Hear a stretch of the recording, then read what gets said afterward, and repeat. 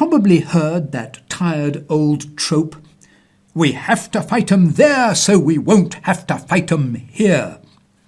The of course, is the terrorists.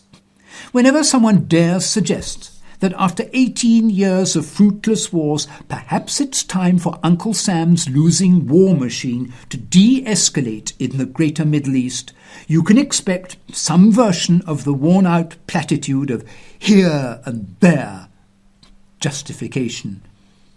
Utterly simplistic and regularly debunked by existing evidence, the cliché remains totally pervasive and, for some, just apathetically towards US foreign policy. As a facile, fear-based rationalization, it's rather effective. It very superficially seduces a populace that's utterly apathetic towards the foreign policy, and make no mistake, the owners of America count on that indifference to wage profitable for shareholders and CEOs forever wars in places few Americans could find on a map. Still, with 3 or more US Marines killed by a roadside bomb in Afghanistan, all reservists from a Massachusetts-based unit, so much for that 1 weekend a month deal, it's time to tear down the intellectually dishonest rationalizations for America's longest war. The Taliban, which is really a coalition of impoverished young nationalists dedicated to driving out the American occupier, simply is not heading to the US to kill your family anytime soon. There were no Afghanistans on the 9/11 planes. And even though the Taliban regime had harbored Osama bin Laden, no Afghans had directly attacked America. The September 11th attack was a singular event. The catastrophic outcome of the towers collapsing doubtlessly surprised even the Al-Qaeda organization. Critical was America's militarized response, the original sin of the war on terror, especially the decision to maintain the occupation of Afghanistan once the Taliban was deposed. Shifting gears from counter-terror to counter-insurgency and nation-building was the true turning point, the moment when any sort of American so-called victory became impossible, as if it ever were truly possible. That decision was based on a series of lies.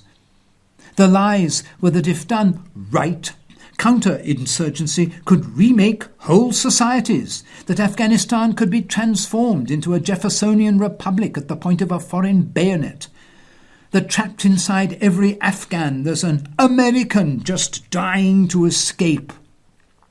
But the biggest lie is the notion that if the US doesn't transform that country or keep its military in place indefinitely, the result would be another 9/11. Taliban fighters, think scruffy farm boys really, are highly unlikely to travel to America and attack its cities. They can't read, they can hardly afford to travel, and they inhabit a narrow world centred on village and district life. Their goals have always been much more circumscribed and limited to ruling Afghanistan. Anything else is grandiose fantasy. Taliban does not equal Al-Qaeda or ISIS, and it never did. Make no mistake, the Taliban movement is largely abhorrent and brutal. Still, this doesn't mean they present an existential strategic threat to the homeland. Nor does this mean they're easily beatable, since, like it or not, the Taliban is popular in large swaths of the country. That inconvenient fact must drive any sober assessment of the costs and benefits of perpetual US military intervention in Afghanistan. The sort of hard questions that sober strategists must consider before asking one more American soldier to fight and potentially die in a war with no end in sight are ones like, is the US presence in the country making us any safer? What if our foreign occupation actually generates a nationalist backlash and drives young men into the ranks of the Taliban? The Trump administration is now making a show of attempting to negotiate with the Taliban, but such peace attempts have dragged on before during the late Obama years, and frankly, the Taliban holds the stronger hand. Don't be surprised then if the Taliban ends up obtaining most of its demands, especially if the peace process is protracted. This is a scary notion because we've seen this before in Vietnam. There, President Nixon, like Trump, inherited a losing war. Trying to save face, Nixon refused to accept most North Vietnamese demands and kept American soldiers fighting, training and bombing for 4 long years. Then, in the end, Tricky Dick went ahead and conceded to the biggest North Vietnamese demand and allowed the communists to keep their military forces within South Vietnam. Some 2 years later, the South fell to those same North Vietnamese troops. The tragedy is that Nixon could have essentially taken the same deal 4 years before. If he had, 20,000 American troops would not have been killed, neither would perhaps 1 million Vietnamese. Nixon had only prolonged the inevitable. In Afghanistan, no matter what deal Trump ends up making, it will be amenable to the ascendant Taliban. American fighting, killing and dying in the interim since Trump took the helm, or even when Obama ran the show, is unlikely to garner Taliban concessions. When America folds and negotiates a weak deal, or once the Taliban again marches on Kabul, all the casualties suffered in the intervening years will have been a tragic waste. There's little left for the US military to do in Afghanistan besides to kill, die, and ultimately lose the whole war. A massive troop surge under Obama couldn't defeat the Taliban. Training and advising the Afghan army hasn't worked either.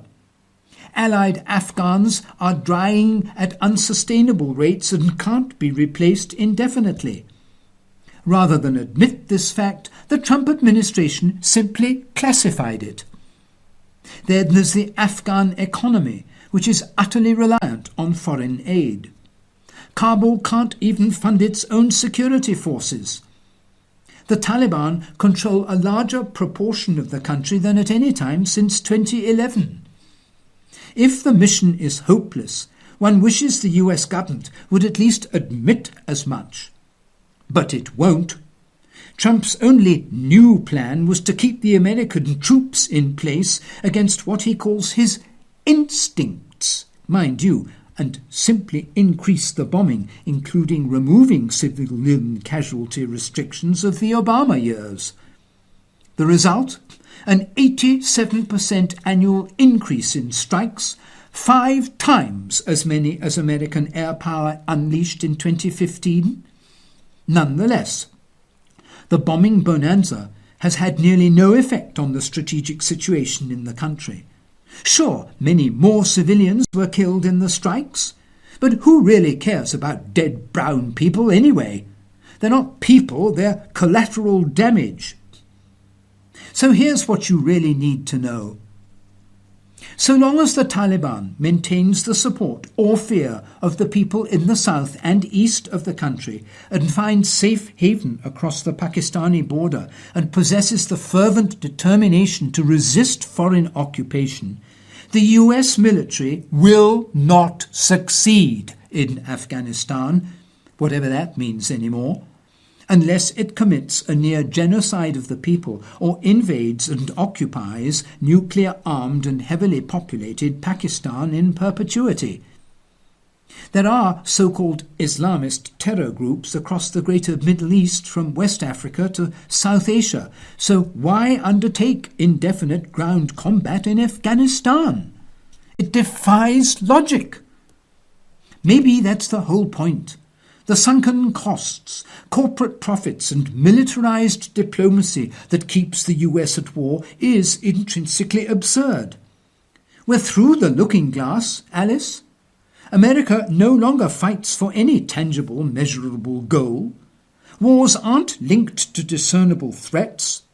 Fear sells wars which are forced bait on the twin demons of the military welfare state and a toxic martial cult infusing US politics. America doesn't fight in Afghanistan because it must, but because it can. The Taliban doesn't fight in Afghanistan.